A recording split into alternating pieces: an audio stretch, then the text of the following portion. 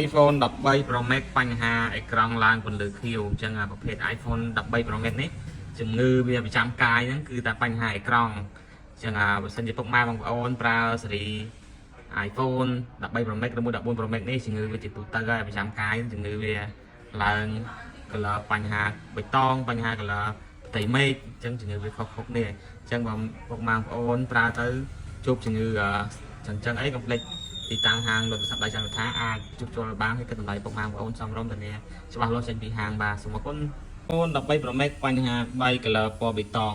អញ្ចឹងជំងឺ iPhone 13 Pro Max 14 Pro Max នេះជំងឺវាមានតែបញ្ហាដានទេអញ្ចឹងរកការជួសជុលបើជួសជុលចំកន្លែងគឺធ្វើទៅប្រើបានយូរតែជួសជុលខុសកន្លែងហើយ